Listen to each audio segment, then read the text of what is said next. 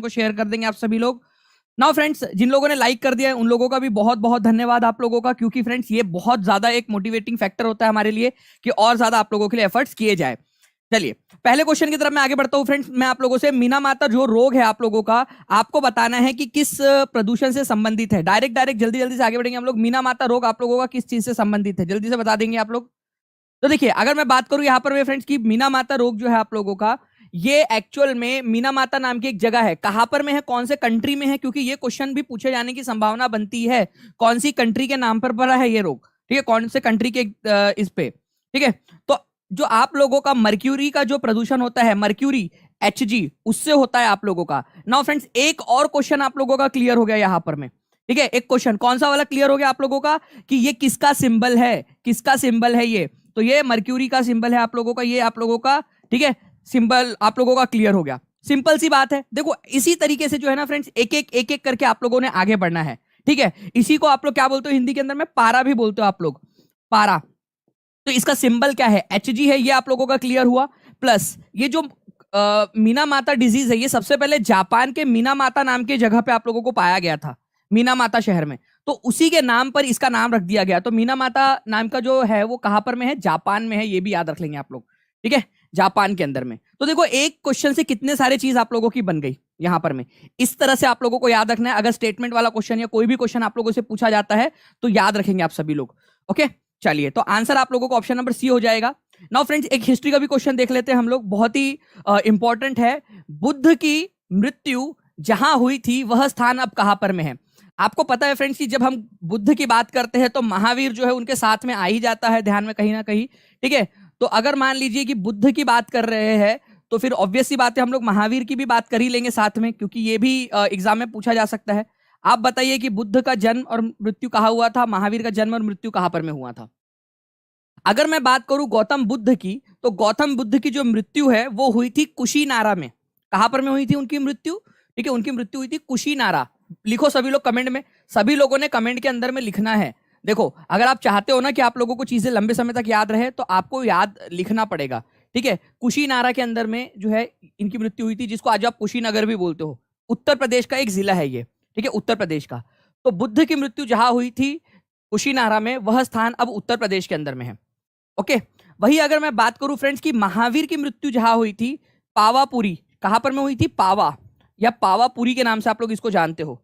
ये पावापुरी कहां पर में, बिहार में। अब देखो आप लोगों का बिहार है तो थोड़ा डिटेल में चलेंगे हम लोग।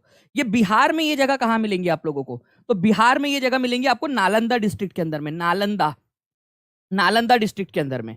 यहां पर में महावीर ने अपना पहला प्रवचन भी दिया था। महावीर की बात करो, पहला प्रवचन, ठीक है, पहला प्रवचन यहीं पे दिया था महावीर ने, ओके। और यहीं पे उनकी मृत्यु भी हुई थी। महावीर का जन्म बिहार में ही हुआ था, कुंडाग्राम नाम की जगह पे, ठीक है, कुंडाग्राम नाम की जगह के ऊपर में हुआ था महावीर का।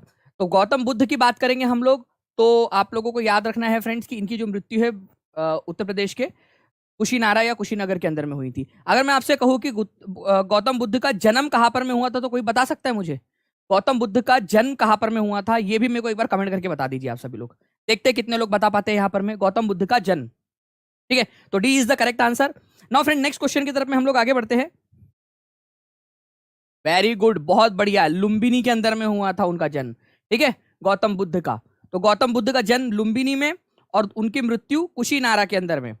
महावीर का जन्म कुंडाग्राम के अंदर में बिहार में, और उनकी मृत्यु पावापुरी बिहार के अंदर में ही हुई थी, ठीक है। तो महावीर जो है वो बिहार पुत्र है, ये याद रखना है आप लोगों ने पूरी तरह से। नेक्स्ट क्वेश्चन की तरफ में आगे बढ़ते हैं friends. In soil which of the following state is the black soil found, ठीक है। In which of the following states जो है आप लोगों को यहाँ पर में ये मिलेगा। जल्दी बताना है आप लोगों ने इस क्वेश्चन का आंसर क्या होगा सभी लोग। तो देखिए काली मिट्टी जो है आप लोगों की कहाँ पाई जाती है, बेसिकली ये पूछा गया है। जम्मू कश्मीर, राजस्थान, ठीक है, गुजरात, झारखंड, कहाँ पर में पाई जाती है। तो देखो काली मिट्टी कहाँ पर, देखो काली मिट्टी जो है ना फ्रेंड्स, याद रखना है आप लोगों ने, सदर्न इंडिया के अंदर में पाई जाती है, दक्षिणी भारत के अंदर में। मैं आप लोगों को एक मैप के थ्रू भी दिखा देता हूँ। ये वाला इलाका जो आप लोग देख रहे हो ना, ये वाला इलाका, ठीक है, इस इलाके के अंदर में आपको मिलेंगी। गुजरात के अंदर में भी काली मिट्टी पाई जाती है आप लोगों की, लेकिन ना तो पंजाब में पाई जाती है, ना तो बिहार में पाई जाती है, ना तो उत्तर प्रदेश में पाई जाती है, ना तो जम्मू कश्मीर में पाई जाती है काली मिट्टी। काली मिट्टी की बात हो रही है यहाँ पर में। तो आंसर आप लोगों को जो ऑप्शंस में दिया हुआ है उनके अनुसार हो जाएगा गुजरात, ठीक है। तो महाराष्ट्र के अंदर में पाई जाती है, मध्य प्रदेश में, तेलंगाना में, आंध्र प्रदेश में, कर्नाटक में, गुजरात में पाई जाती है। लेकिन ऊपर वाले जो राज्य है आप लोगों के उधर के अंदर में नहीं पाई जाती। काली मिट्टी की बात कर रहे हैं। काली मिट्टी किस चीज को उगाने के लिए सबसे अच्छी मानी जाती है, जल्दी से बता सकता है कोई मेरे को? काली मिट्टी, क्योंकि अब ये बात आई है तो काली मिट्टी की भी हम कर ही लेते हैं। तो कॉटन के लिए उगाई, कॉटन के लिए बहुत अच्छी होती है, कॉटन के लिए। एक और बात, एक क्वेश्चन तो और बनता है सर इसके अंदर में, 1 नंबर का और क्वेश्चन बता दूं आप लोगों को, ठीक है? जल्दी जल्दी से सभी लोग लाइक एंड शेयर कर देंगे फ्रेंड्स। मैं एक और चीज आप लोगों को बता देता हूं कि जो ब्लैक मिट्टी है इसको रेगुर के नाम से भी जाना जाता है, रेगुर मिट्टी के नाम से जाना जाता है, रेगुर। ये भी 1 नंबर का क्वेश्चन आपका बन सकता है। रेगुर मिट्टी किसको बोलते हैं? तो काली मिट्टी को बोला जाता है रेगुर मिट्टी, ये याद रखना है आप लोगों ने, ठीक है?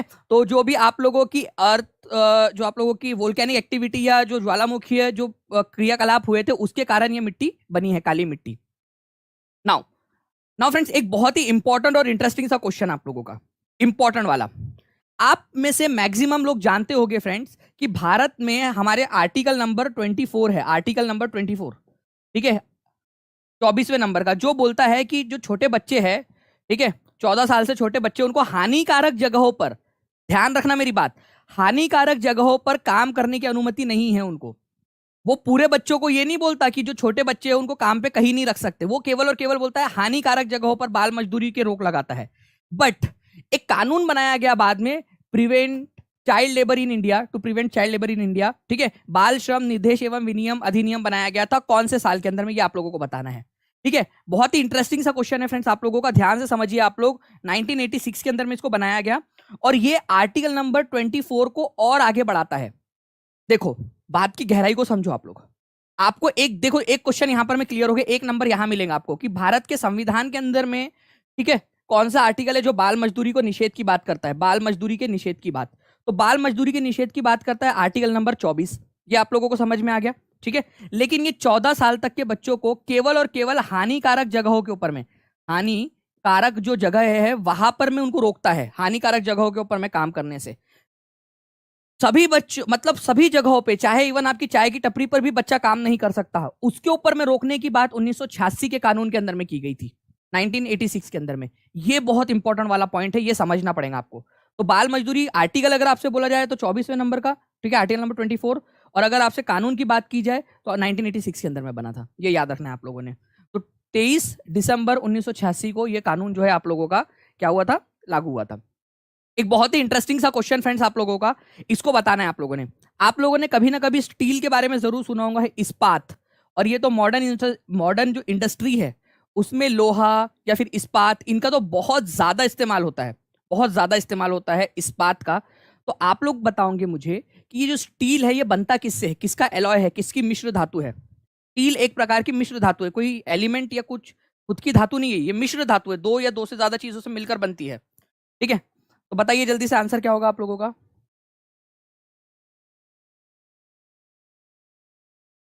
सभी लोग बताएंगे जल्दी जल्दी से आंसर करके। बहुत बढ़िया फ्रेंड, देखिए आप लोगों के यहाँ पर मैं आंसर्स आने, अरे कहाँ चला गया भाई, ठीक है, आप लोगों के आंसर्स आने स्टार्ट हो गए फ्रेंड्स। लोहा है, ठीक है, और कार्बन, इनको मिलाकर बनता है मेन। उसमें थोड़ा सा क्रोमियम भी मिलाया जाता है, ये याद रखना है आप लोगों ने। मेन क्या है, आयरन, ठीक है, आयरन और कार्बन है मेन चीज उसके अंदर में, लोहा और कार्बन। उसको मजबूती देने के लिए उसमें क्रोमियम भी मिलाया जाता है, तो ये चीज आपको याद रखनी है, ठीक है? लोहा, कार्बन और क्रोमियम, ये 3 धातुओं के एक निश्चित अनुपात में मिलाने पर आप लोगों का क्या बनता है, स्टील बनता है। इंपॉर्टेंट पॉइंट है। एक बार सभी लोग, जितने भी लोग देख रहे हैं फ्रेंड, जल्दी जल्दी से इस सेशन को जहां भी आप लोग शेयर कर सकते हो ना, जल्दी से शेयर कर दीजिए अगर आप चाहते हो कि ऐसे ही आप लोगों को करवाता रहूं, ठीक है? तो आयरन, क्रोमियम और कार्बन, ये याद रखना है आप लोगों ने, ए इज द आंसर, ठीक है? नाउ एक और क्वेश्चन बनता है आप लोगों का कि भारत में सबसे ज्यादा एक सींग वाला गेंडा कहां पर में पाया जाता है? सबसे ज्यादा कहां पर में पाया जाता है एक सींग वाला गेंडा? बताइए जल्दी से। मैं आप लोगों के लिए इसको ये भी करवा देता हूँ अरेंज, आप लोगों के कमेंट्स को मैं थोड़ा सा बड़ा भी कर लेता हूँ ताकि मेरे पास में ज्यादा बड़े स्तर पे आप लोगों के कमेंट्स दिख पाए। वेरी गुड, बहुत बढ़िया फ्रेंड। देखिए यहाँ पर मैं आप लोगों के आंसर आने स्टार्ट हो गए हैं, ठीक है? राइनोसोरस जो है एक सिंग वाला गेंडा आप लोगों का, ये आप लोगों को आसाम में मिलेगा। एक्चुअली फ्रेंड्स ऐसा नहीं है कि केवल ये आसाम में मिलते हैं, ये आप लोगों की ये पट्टी दिख रही है ना आप लोगों को, ये पट्टी के अंदर में आप लोगों को जो है वो राइनोसोरस मिलते हैं, एक सिंग वाले गेंडे। लेकिन सबसे ज्यादा आप लोगों को मिलेंगे आसाम के अंदर में। आसाम के अंदर में सबसे ज्यादा आप लोगों को ये मिलेंगे। काजीरंगा नेशनल पार्क आप लोगों को पता होगा, आसाम के अंदर में, यहाँ पर में ये एक सींग वाले गेंडे को संरक्षित भी किया गया है।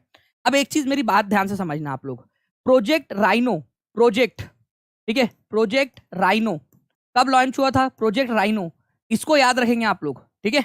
प्रोजेक्ट राइनोसोरस आप लोगों का कब लॉन्च हुआ था? अगर ये क्वेश्चन आ जाए आप लोगों से तो आप लोगों को याद रखना है फ्रेंड्स, 1987 के अंदर में, ठीक है। एक हुआ था विजन, एक हुआ था विजन राइनो 2020, ये कब लॉन्च हुआ था? अगर ये क्वेश्चन आ जाए आप लोगों से तो 2005 में हुआ था। इसको समझो आप लोग क्या चीज है ये क्या भसड़ है सर।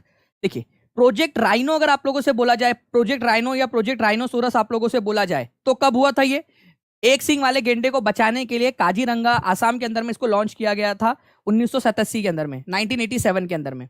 लेकिन विजन राइनो 2020 की 2020 तक हमें जो है क्या करना है, 3000 से ज्यादा राइनोसोरस की संख्या करनी है। ये वाला प्रोजेक्ट लॉन्च हुआ था 2005 के अंदर में। ये दोनों में फर्क है, प्रोजेक्ट राइनो 1987 में, विजन राइनो 2020 2005 में लॉन्च हुआ था। ये दोनों के दोनों लिख दो। देखो फर्क क्या है दोनों के अंदर में। ये हुआ था आपका राइनो को बचाने के लिए, राइनोसोरस को बचाने के लिए, और ये लॉन्च किया गया था कि जो राइनोसोरस है उनकी संख्या 3000 से ज्यादा करनी है, ठीक है। अब कैसे करेंगे बेचारे राइनोसोरस, या तो बचाएंगे या तो फिर समझ जाओ आप लोग, मतलब उनकी संख्या को बढ़ाना है अपन लोगों ने। In which of the following state was lord Mahavir born, इनमें से कौन सा वाला स्टेट था जिसके अंदर में लॉर्ड महावीर जो है उनकी संख्या को बढ़ाया गया था? बताइए जल्दी से।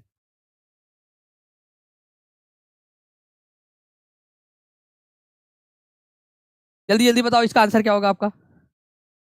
ठीक है, देखिए अगर हम बात करेंगे friends, in which of the following states Lord Mahavira born, तो महावीर का जन्म जो है ये कुंडा ग्राम में हुआ था, और वो कुंड ग्राम नाम की जो जगह है आपका वैशाली के पास में बिहार में है, ये याद रखना है आप लोगों ने, ठीक है।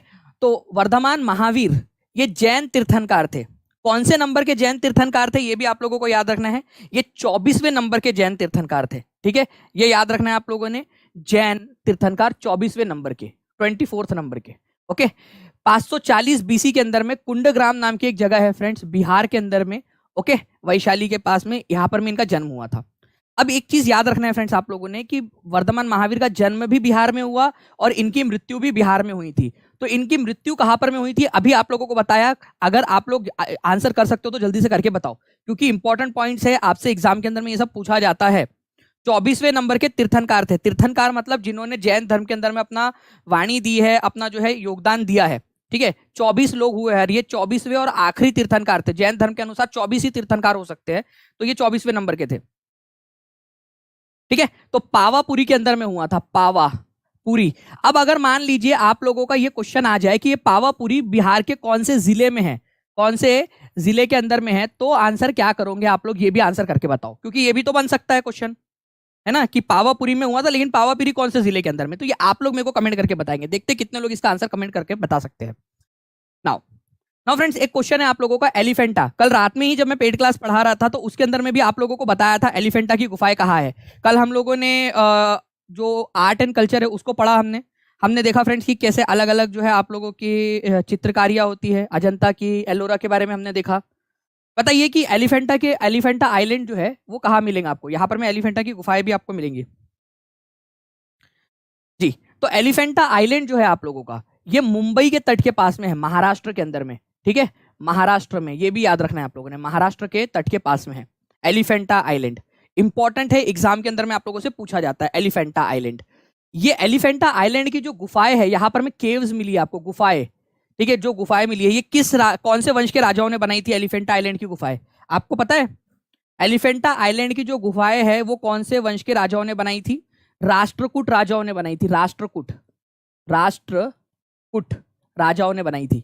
राष्ट्रकूट राजा कहां से शासन चलाते थे? ये यहां से, ये इधर साइड में, ये देख रहे हो ना आप लोग, ये वाला इलाका था राष्ट्रकूट राजाओं का, ये इधर वाला, ठीक है, इधर का इलाका राष्ट्रकूट राजाओं का। अगर आप लोगों को इमेजिन करने में दिक्कत हो रही हो तो आप लोग ऐसे समझ सकते हो, उधर साइड में, ओके।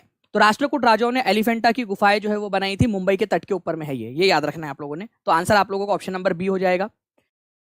नाउ फ्रेंड्स, इसको यूनेस्को वर्ल्ड हेरिटेज साइट के अंदर में, जो आपकी विश्व धरोहर स्थल है उसके अंदर में भी शामिल किया गया है। नेक्स्ट क्वेश्चन है, निम्नलिखित में से किस युद्ध में पहली बार तोप खाने का प्रयोग हुआ था और कौन सा साल था वो?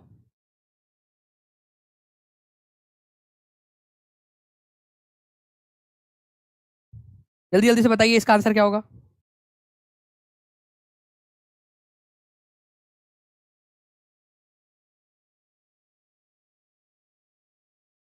बहुत बढ़िया। देखिए फ्रेंड्स, अगर हम लोग यहाँ पर मैं बात करें in which of the following war artillery was used, तोप खाना, ठीक है, तोप खाना या तोप का इस्तेमाल किया गया था सबसे पहले, तो पानीपत के पहले युद्ध में किया गया था, पानीपत का पहला युद्ध। एक्चुअली फ्रेंड्स, भारत के अंदर में तोप या तोप खाने को लाने का श्रेय जो है ये बाबर को दिया जाता है। बाबर, बाबर कौन था? मुगल संस्थापक, मुगल वंश का संस्थापक बाबर, ठीक है, ये याद रखना है आप लोगों ने, बाबर ने किया था। और बाबर ने भारत के अंदर में जब आक्रमण किया 1526 में, ठीक है, और 1526 में कौन सी लड़ाई हुई? पानीपत की पहली लड़ाई। किसके किसके बीच में हुई थी ये पानीपत की पहली लड़ाई? बता सकते हो आप लोग? एक नंबर तो यहां भी मिल सकता है आप लोगों को। पानीपत की पहली लड़ाई किसके किसके बीच में हुई थी? तो याद रखेंगे आप लोग, ये जो है फ्रेंड्स, ये बाबर, ठीक है, बाबर और इब्राहिम लोधी के बीच में हुई थी। इब्राहिम, इब्राहिम लोधी के बीच में हुई थी, इब्राहिम लोधी के बीच में, जिसमें कौन जीता था? बाबर जीता था और इब्राहिम लोधी हार गया था। ये याद रखना है आप लोगों ने, इब्राहिम लोधी हार गया। तो पानीपत की पहली लड़ाई 1526 में हुई थी। एक तो ये पॉइंट आपको याद रखना है, इसमें पहली बार जो है तोपखाने का इस्तेमाल किया गया। इंपॉर्टेंट पॉइंट, एग्जाम के अंदर में पूछा जा सकता है आप लोगों से ये पॉइंट, ठीक है। चलिए नाउ फ्रेंड, नेक्स्ट क्वेश्चन आप लोगों का देखिए, भगत सिंह, सुखदेव और राजगुरु, ये हमारे भारत के वीर पुरुष है। आप लोगों को बताना है फ्रेंड्स की ये जो है, ठीक है, इनको जब मृत्यु दंड दिया गया वो तारीख कौन सी थी? और एक क्वेश्चन मैं आप लोगों से और पूछता हूँ, उस समय में भारत के वायसराय कौन थे? ये भी क्वेश्चन आता है एग्जाम के अंदर में, उस समय में वायसराय कौन थे? बताओ।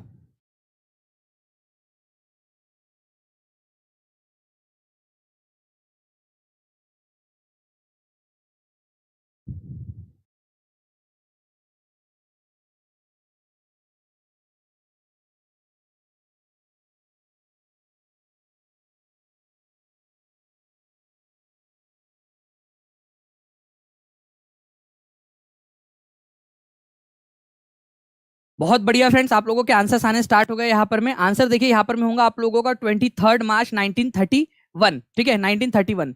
तो 23 मार्च 1931 को भगत सिंह, सुखदेव और राजगुरु, इन लोगों को फांसी क्यों दी गई थी? इनको फांसी दी गई थी फ्रेंड्स लाहौर जो कॉन्स्पिरेसी है उसके केस में।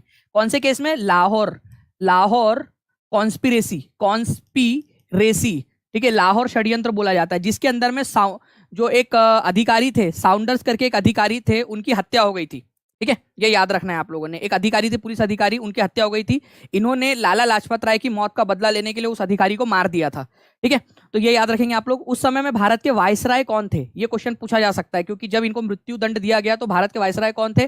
तो उस समय के वायसराय थे लॉर्ड इरविन, ठीक है, लॉर्ड इरविन, ये याद रखना है आप लोगों ने, लॉर्ड इरविन। ये भी एक इंपॉर्टेंट पॉइंट बनता है, इरविन, लॉर्ड इरविन इंपॉर्टेंट है आप लोगों का। तो देखो, लाहौर कॉन्स्पिरेसी केस के अंदर में दिया गया था। लाहौर कॉन्स्पिरेसी क्यों ली गई थी? लाहौर कॉन्स्पिरेसी क्यों की गई थी? लाला लाजपत राय की मौत का बदला लेने के लिए। लाला लाजपत राय की मौत कैसे हो गई थी फिर? ये क्वेश्चन सुपर टेट जो यूपी का सुपर टेट तो उसमें आया था, हो सकता है आप लोगों से भी पूछ लिया जाए। तो लाला लाजपत राय की मौत हुई थी साइमन कमीशन का विरोध करते करते, साइमन कमीशन का विरोध करते करते लाला लाजपत राय की मौत हो गई थी लाहौर में, ठीक है। पुलिस ने लाठीचार्ज कर दिया था, उनको बहुत सारी चोट लग गई थी। साइमन कमीशन भारत में कब आया था? ये इसका आंसर कर दो आप लोग। साइमन कमीशन भारत के अंदर में कब आया था? इसका आंसर कर दो आप लोग फ्रेंड्स, क्योंकि ये भी क्वेश्चन बन सकता है, और जो बच्चे रेगुलर देखते हैं उन लोगों को मैंने पढ़ाया हुआ है, ठीक है। चलिए, तो आंसर इसका ऑप्शन नंबर ए हो जाएगा आप लोगों का। आगे बढ़ते हैं हम लोग यहाँ पर में। The valley of flower is located in, the valley of flower located in, कहां पर में लोकेटेड है वैली ऑफ फ्लावर? जी, तो देखिए, जो साइमन कमीशन है आप लोगों का, अगर मैं बात करूं आप लोगों से, तो ये 1927 में बना था नवंबर में। जो बच्चे रेगुलर देखते हैं उन लोगों को याद होगा।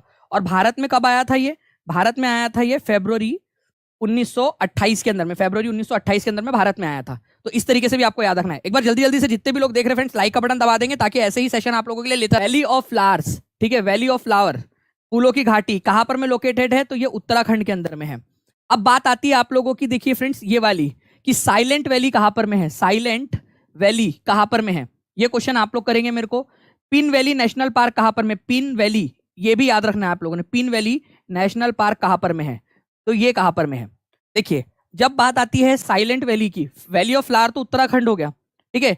जब आप लोग किसी लड़की से जाते हो, ठीक है, उत्तर मांगने के लिए, विल यू मैरी मी, तो आप फ्लावर लेके जाते हो, उत्तर मांगने जब जाते हो तो फ्लावर लेके जाते हो, तो वैली ऑफ फ्लावर उत्तराखंड, ठीक है, वो बोल देती नहीं, ठीक है, तो आप वापस आ जाते हो। तो वैली ऑफ फ्लावर, तो उत्तर मांगने जाते हो तो फ्लावर लेने जाते हो, ठीक है। जब भी आप फिर आप साइलेंट हो जाते हो, तो साइलेंट होके आप नीचे चले जाते हो, आप नीचे चले जाते हो, आप डाउन हो जाते हो, मतलब केरल के अंदर में है साइलेंट वैली आप लोगों की, केरला के अंदर में, ठीक है। अगर उसने हाँ बोल दिया तो आप दक्षिण ऊपर चले जाओगे, फिर उसके बालों के अंदर में जो है ना मस्त पैकी गजरा लगा दोगे। पिन वैली तो हिमाचल प्रदेश के अंदर में है, ये आप लोगों को याद रखना है, Pin valley national park, Himachal, Himachal, Himachal Pradesh के अंदर में, हिमाचल प्रदेश के अंदर में। तो ये आप लोग याद रख लेना, थोड़ा सा इंपॉर्टेंट वाले पॉइंट्स आप लोगों के, ठीक है। वैली ऑफ फ्लावर उत्तराखंड में है, साइलेंट वैली केरला में है, और पिन वैली नेशनल पार्क, या बालों में पिन लगाने के लिए आप जाओगे, ठीक है, कि भाई लो पिन से उसके बालों में फ्लावर को फिट कर देता हूँ करके, पिन लगा के कहीं गिर ना जाए फूल, ठीक है, तो हिमाचल प्रदेश ऊपर में। तो ये याद रख लेना आप लोग थोड़ा सा, ठीक है।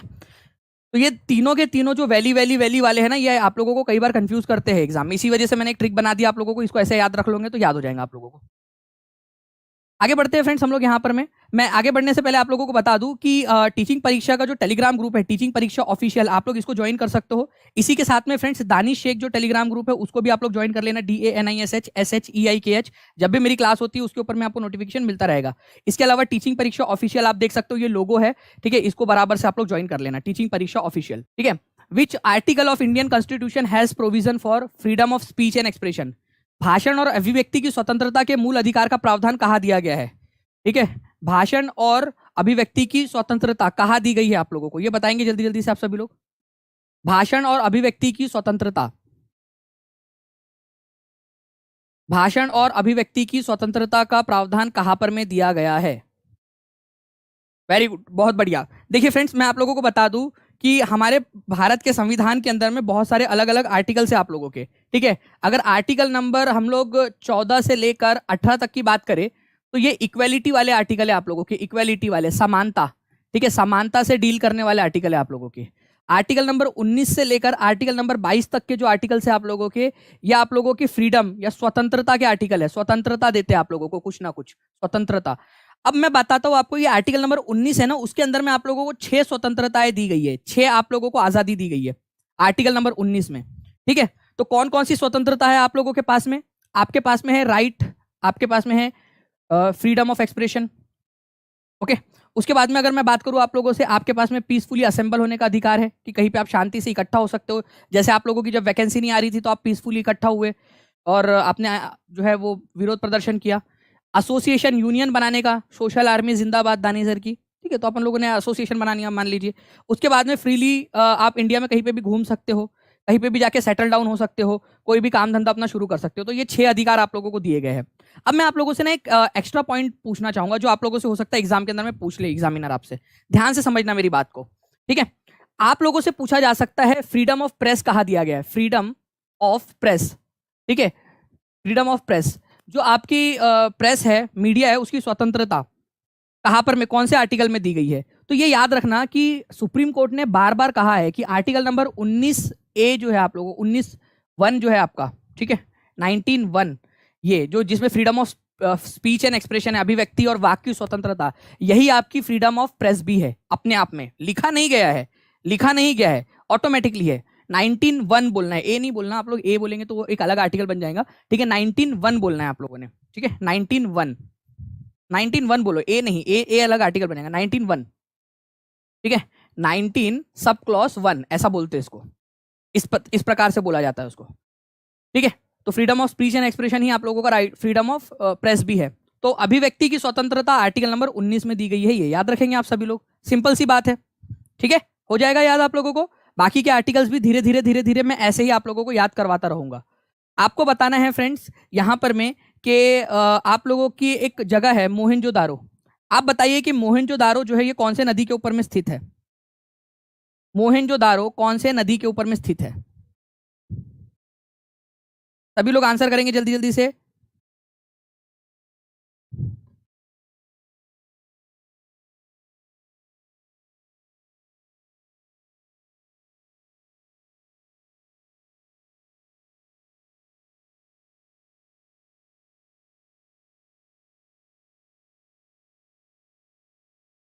बहुत बढ़िया। देखिए फ्रेंड्स, अगर मैं बात करूं आप लोगों से, तो जो ये मोहनजोदारो है आप लोगों का, ये हड़प्पा सभ्यता, जो हड़प्पा सभ्यता यहाँ पर में बसी थी आप लोगों की इस साइड के अंदर में, उसका एक शहर है।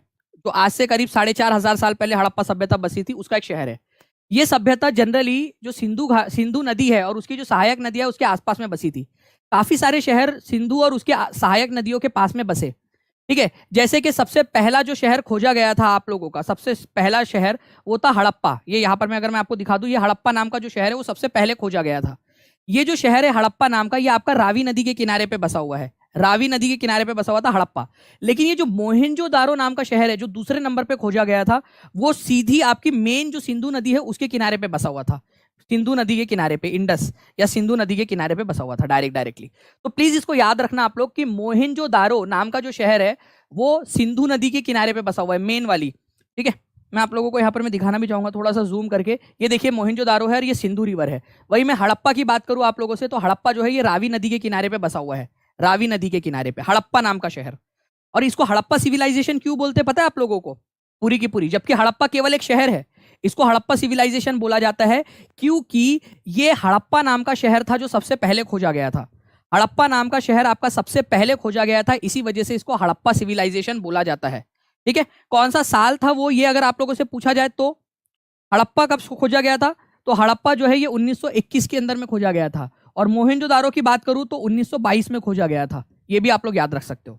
ठीक है, इंपॉर्टेंट पॉइंट है आप लोगों का। नाउ नेक्स्ट क्वेश्चन की तरफ में आगे बढ़ते हैं फ्रेंड्स। आप लोगों को बताना है कि भारत को एक संविधान देने का प्रस्ताव संविधान सभा ने कब पारित किया था? संविधान सभा ने भारत को एक संविधान देने का प्रस्ताव कब पारित किया था? इंपॉर्टेंट पॉइंट है, एग्जाम के अंदर में आप लोगों से पूछा जा सकता है। ठीक है, भारत के पास में एक संविधान रहेगा, ये प्रस्ताव कब पारित हुआ था?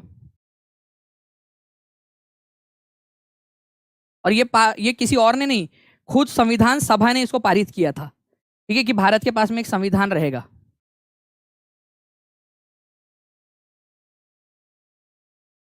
बहुत बढ़िया। देखिए फ्रेंड्स, अगर मैं बात करूं यहां पर मैं ना कि भारत को संविधान देने का प्रस्ताव, तो मेरे कुछ बातें हैं जिसको आप लोगों ने देखना है। और ये बहुत इंपॉर्टेंट वाली बातें है, अगर आपने इसको मिस कर दिया तो बहुत ज्यादा नुकसान हो सकता है। ध्यान से पूरा का पूरा फोकस यहां पर में रखना, एक एक पॉइंट आप लोगों का एक एक मार्क्स बना सकता है।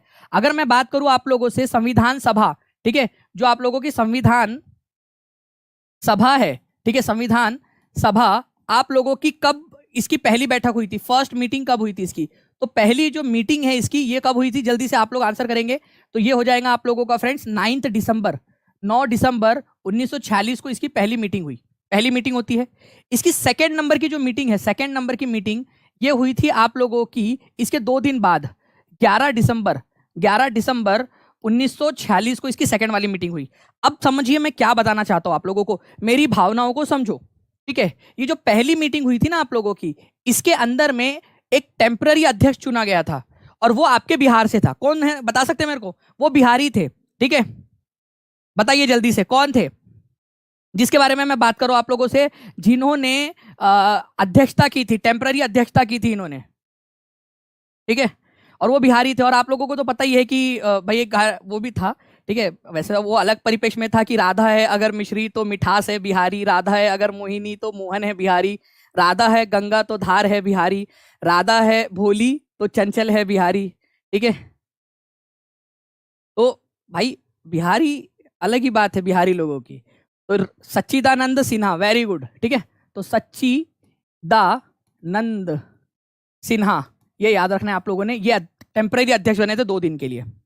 ओके, और उसके बाद 11 दिसंबर को, ठीक है, 11 दिसंबर को ये याद रखना है, राजेंद्र प्रसाद अध्यक्ष बन गए थे परमानेंट। तो राजेंद्र प्रसाद अध्यक्ष कब बने थे, ये क्वेश्चन आप लोगों से पूछा जा सकता है। अब इसका आंसर आप करो कि राजेंद्र प्रसाद संविधान सभा के अध्यक्ष कौन से तारीख को बने थे, ये आप लोग मेरे को कमेंट करके बताएंगे। बताओ, राजेंद्र प्रसाद संविधान सभा के अध्यक्ष कौन से तारीख को बने थे, ये आप लोगों का आंसर आना चाहिए यहां पर में, जल्दी से बताओ। 11 दिसंबर लिखो आप सभी लोग। उसके बाद में क्या होता है, तीसरी मीटिंग भी बता देता हूं, इतना खर्चा हो गया मालिक तो सुन ही लो आप लोग। तीसरी वाली मीटिंग, थर्ड वाली मीटिंग जो थी, थर्ड मीटिंग ये हुई थी आप लोगों की और 2 दिन बाद, 13 तारीख को, 13 दिसंबर, ठीक है, 1946 को। इस दिन क्या होता है, ठीक है, ये हमारे नेहरू जी है। ठीक है, सॉरी नेहरू जी, बस ऐसा ही बना सकता हूँ, आपको इससे ज्यादा नहीं बना पाऊंगा। हाँ ठीक है, अच्छा वाला, मतलब सुंदर लग रहे हो वैसे आप। ठीक है, तो यहाँ पर मैं आप देखिए कि जो नेहरू जी थे उन्होंने क्या किया, जो है आप लोगों को ऑब्जेक्टिव रिजोल्यूशन रखा।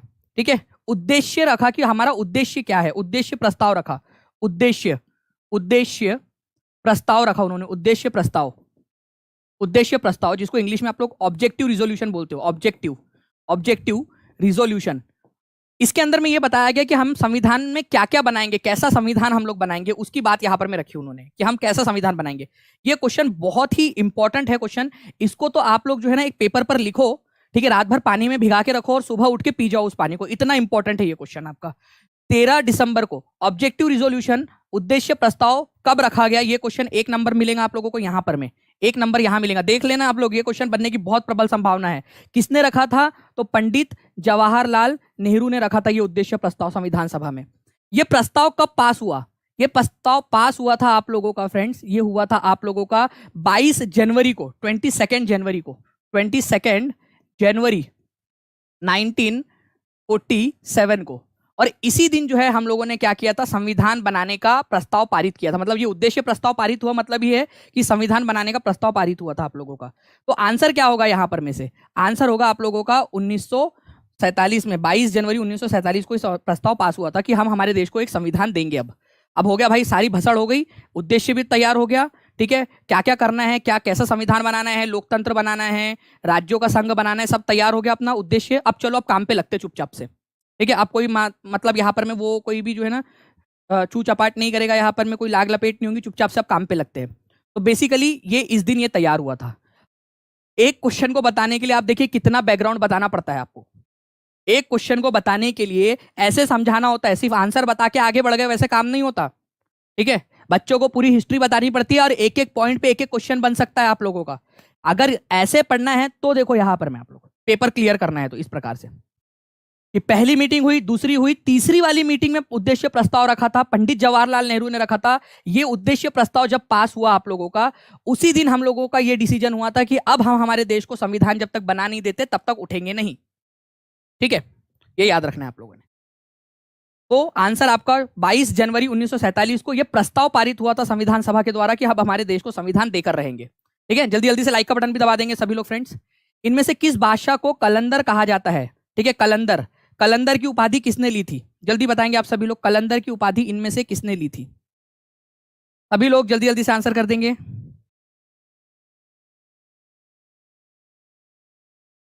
बहुत बढ़िया, थैंक यू पीहू। देखिए, अगर मैं बात करूं फ्रेंड्स कलंदर की उपाधि किसने ली थी, तो कलंदर की उपाधि जो है ये ली थी बाबर ने। ठीक है, बाबर ने, ये याद रखना है आप लोगों ने। बाबर, जब उन्होंने उन्होंने काबुल को जीता था बाबर ने, तब उन्होंने जो है कलंदर की उपाधि धारण की थी। एक और चीज आप लोगों को बता दूं फ्रेंड्स कि बाबर ने एक और उपाधि ली थी आप लोगों के, जब उन्होंने भारत के अंदर में एक लड़ाई लड़ी थी, खांडवा की लड़ाई। ठीक है, आपको इसका भी पता, चलो यार अब इतना खर्चा हो गया मालिक, तो आपको कराई देते ना, आपका पेपर अच्छे से क्लियर पूरा का पूरा। ध्यान से देखो आप लोग, बाबर ने भारत के अंदर में पानीपत की पहली लड़ाई लड़ी। आप ईयर बताओगे आप लोग, जल्दी बताओ आप ईयर, जल्दी से। पानीपत की पहली लड़ाई कौन सा था ये, जल्दी से आप लोग इसको फिल करोगे जल्दी से। किसके किसके बीच में हुई थी, बाबर और किसके बीच में हुई थी, आप लोग फिल करो ताकि याद हो जाए आप लोगों को।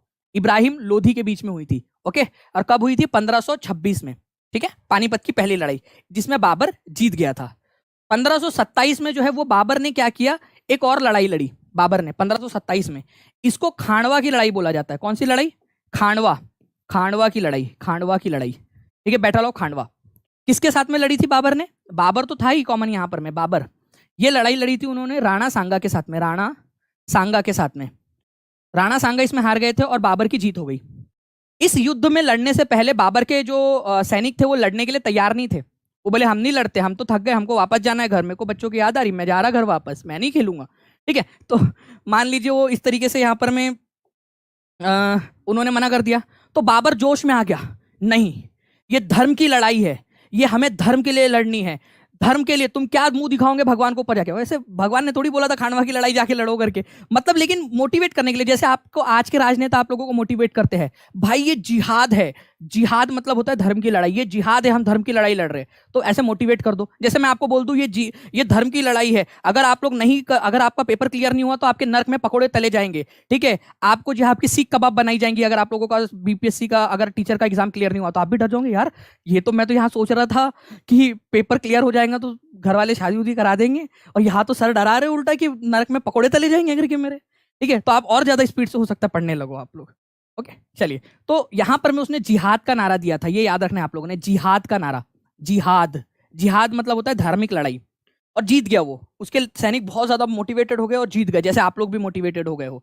जिहाद का नारा दिया, और उसके बाद में इसने क्या किया था, इसने एक उपाधि ली थी इसके बाद में, ठीक है, इस युद्ध के बाद में, जिहाद का नारा देने के बाद में। तो जिहाद जो है फ्रेंड्स, ये याद रख लेना आप लोग, आप लोगों का होता है धार्मिक लड़ाई। इस युद्ध के बाद में उसने एक उपाधि धारण की थी, उस उपाधि को बोला जाता है गाजी, ठीक है। कौन सी उपाधि धारण की थी, गाजी। तो आप लोगों से पूछा जाता है कि गाजी की उपाधि किसने धारण की थी, तो बाबर ने धारण की थी खानवा के युद्ध के बाद में। ऐसे क्वेश्चन बन सकते हैं, ये क्वेश्चन बहुत सारे एग्जाम में आ चुका है कि गाजी की उपाधि कौन से युद्ध में धारण की थी, खानवा के युद्ध में बाबर ने। किसने दिया था जिहाद का नारा खानवा के युद्ध में, बाबर ने दिया था, ऐसे याद रखना है आप सभी लोगों ने, ठीक है।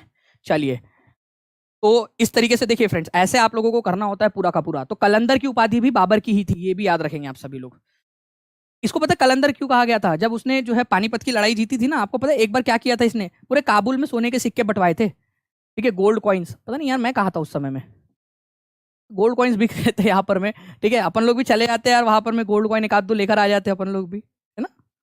चलिए, तो ये याद रखना है फ्रेंड्स, काबुल में सब लोगों को एक एक सोने का सिक्का दिया था उन्होंने।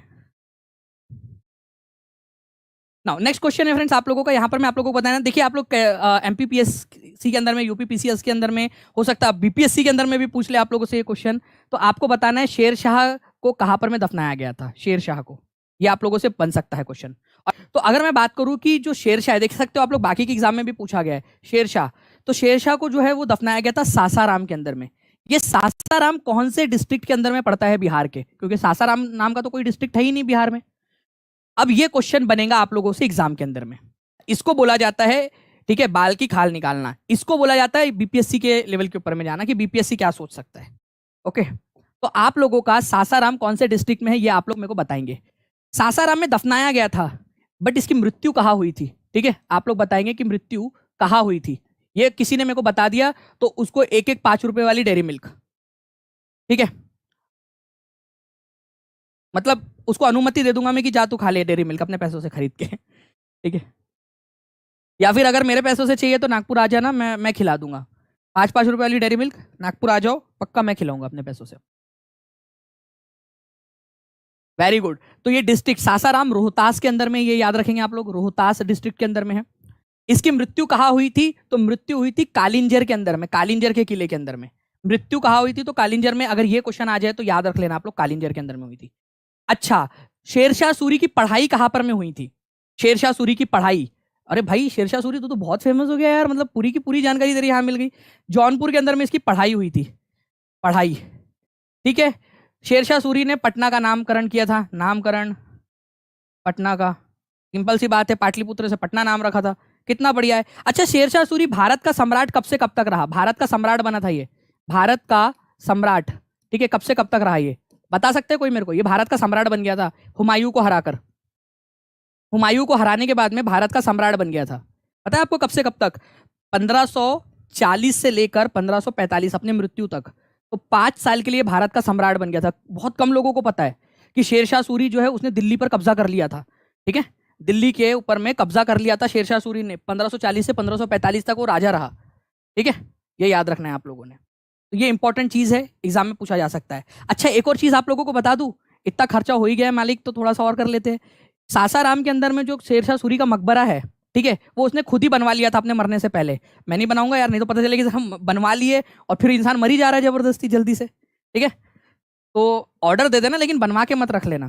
तो उसने बनवा के रख लिया था, तो ये हाथ दफनाना करके, तो अब बनवा के रख लेंगे तो क्या भगवान वेट करेंगे, अब यार खाली तो पड़ा है करके रख दो उसको, ला दो यहाँ, तो क्यों बनवाया था तुमने, मतलब समझना चाहिए था यार कि नहीं, ऐसे ऑर्डर दे देना सिर्फ कि अगर मर गया तो वहां दफनाना करके, कभी भी अब अगले जन्म में देखना ऐसे करना नहीं, गलत बात। क्या बता रहा था मैं आप लोगों को, मैं आपको बता रहा था कि जो शेरशाह सूरी का मकबरा है सासाराम के अंदर में वो अष्टकोणीय है, ठीक है, ऑक्टागोनल उसको बोला जाता है, ऑक्टागोनल, ऑक्टागोनल, अष्टकोणीय, ठीक है, अष्टकोणीय, अष्टकोणीय है ये, मतलब 8 कोनों वाला ऐसे है ये, 1 2 3 4 5 6 7 8, ऐसे 8 कोनों वाला है, ये भी याद रखेंगे आप सभी लोग। अष्टकोणीय है इसका मकबरा, तो ये भी क्वेश्चन बनता है कि शेरशाह किसका मकबरा अष्टकोणीय है, तो 8 कोनों वाला है इसका मकबरा, ठीक है, ऐसे आप लोगों ने करना है, ठीक। राजेंद्र प्रसाद, राजेंद्र प्रसाद, आप लोग बताओगे मुझे कि अध्यक्ष कब बने थे संविधान सभा के, ठीक है, कॉन्स्टिट्यूएंट असेंबली लिख दूं मैं, संविधान सभा के अध्यक्ष कब बने थे, तारीख बताना है मेरे को, तारीख पे तारीख, तारीख पे तारीख आप लोग बताओगे मेरे को, जिन बच्चों ने अच्छे से देखा हुआ है ना, वेरी गुड, क्या बात है, दीक्षा पांडे ने लिखा है सेकंड मीटिंग में बने थे, ये होती है पढ़ाई। अगर ये क्वेश्चन आ जाए कौन सी मीटिंग में बने थे, तो दीक्षा पांडे आंसर कर पाएंगे, क्योंकि उसने दानिश सर का लेक्चर देखा हुआ है कि दानिश सर ने पढ़ाया था अच्छे से करके, ठीक है, ये याद रखना है आपने। मेरे को बताइए आप लोग कि उद्देश्य प्रस्ताव या ऑब्जेक्टिव रिजोल्यूशन किसने रखा था, ऑब्जेक्टिव, ऑब्जेक्टिव रिजोल्यूशन, ठीक है, जिसको आप लोग उद्देश्य प्रस्ताव बोलते हो, उद्देश्य, उद्देश्य प्रस्ताव किसने रखा था, किसने रखा था, किसने और कब, किसने और कब, बहुत इंपॉर्टेंट है, किसने, ठीक है, और कब रखा था, दोनों बताएंगे आप लोग मेरे को, किसने कब रखा था। वेरी गुड, बहुत बढ़िया फ्रेंड्स, ऐसे ही आप लोगों के आंसर्स आने चाहिए, कमेंट में सभी लोग लिखेंगे। पेड जो आप लोगों की बैच है उसके साथ में जुड़ना चाहते हो तो 7611101101 76 11 101 101 ये नंबर है, इसके ऊपर में कॉल करके भी जानकारी ले सकते हो, या डायरेक्टली टीचिंग परीक्षा का ऐप भी डाउनलोड कर सकते हो, ये आप लोग बता दोगे फ्रेंड्स मुझे दो।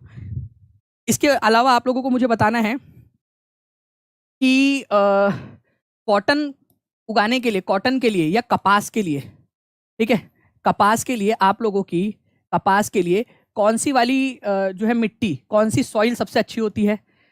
अब बात निकली है तो दूर तक जाएंगी, कॉटन जो है आप लोगों की खरीफ की फसल है या रबी की फसल है, खरीफ है या रबी है, कल मैंने पढ़ाया था आपको, खरीफ है या रबी की फसल है, बता दो यार, इतना खर्चा हो गया तो अब ये भी कर ही दो आप लोग, बता ही दो आंसर, ठीक है, ये भी आंसर कर ही दो आप लोग कि खरीफ की फसल है या रबी की फसल है, ये कल पढ़ाया था, जिन लोगों ने नहीं देखा है टीचिंग परीक्षा पे जाकर मेरा पिछला वाला वीडियो देख लीजिए अच्छे से, वेरी गुड, ठीक है।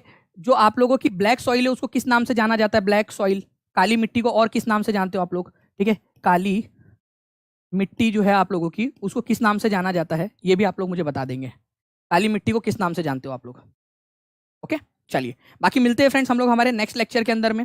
हम लोग आप लोगों से रिक्वेस्ट है कि जल्दी जल्दी से इस सेशन को लाइक कर देंगे, जितने भी लोग देख रहे हैं, अगर आप चाहते हो कि ऐसे ही मैं आप लोगों को पढ़ाता रहूँ, सभी के सभी लोगों का यहाँ पर मैं लाइक आ जाना चाहिए, क्योंकि यहाँ पर मैं मेरे को स्टैट्स के अंदर में सब कुछ पीछे से बिल्कुल दिखाई दे रहा है कि कितना आप लोग अपना अपना योगदान दे रहे हो, ठीक है, सभी अपना योगदान दोगे अपना अपना, तो ही मेरी ऐसी एनर्जी बनी रहेगी, ओके, ऐसी एनर्जी बनी रहेगी, तो सब अपना अपना योगदान दे देंगे यहाँ पर मैं, जहां जहां शेयर कर सकते हो इस सेशन को शेयर जरूर कर देना आप लोगों ने।